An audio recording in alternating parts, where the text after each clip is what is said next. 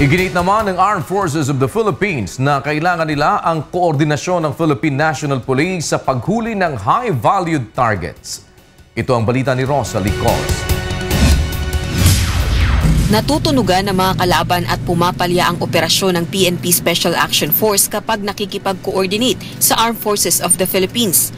Ang dahilan, nahahalata ng mga kalaban ang paghahandang ginagawa ng militar upang tugisi ng mga kriminal. Ito ang ipinahayag ni dating PNP SAF Director Getulio Napeñas sa unang pagdinig ng Senado tungkol sa Mamasapan no encounter. Yung paghahanda po ng Armed Forces of the Philippines operations, naghahanda yung mga kasamahan nila, yung mga tauhan nila.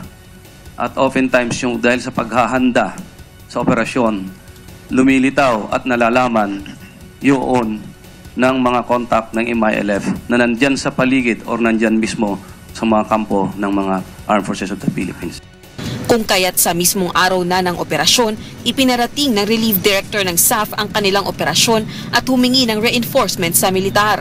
Subalit nanindigan naman ang AFP na kailangan pa rin ng koordinasyon bago isagawa ang operasyon upang mapaghanda ang mabuti sakaling mangailangan ng reinforcement.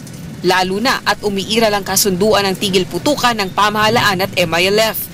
Ayon sa AFP, ang hindi maingat na paggalaw sa hanay ng militar ay maaaring mga hulugan ng digmaan at pagkasawi ng mas marami pa. Ang order po sa kanila is to extricate the beleaguered forces but not to engage the MILF.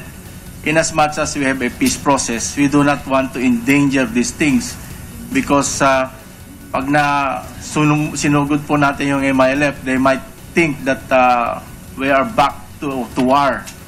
So ayaw po nating mangyari yon.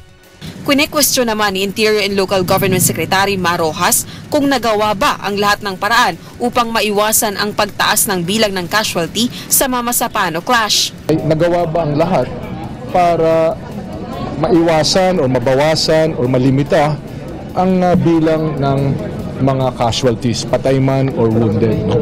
Yan ang pinakamahalaga rito. No? Pagkatapos ng halos 5 oras na pagdinig, ang malinaw pa lang sa ngayon ay nananatili pa ring may mga katanungan na nangangailangan ng agarang kasagutan. Rosa Licos, UNTV News Worldwide.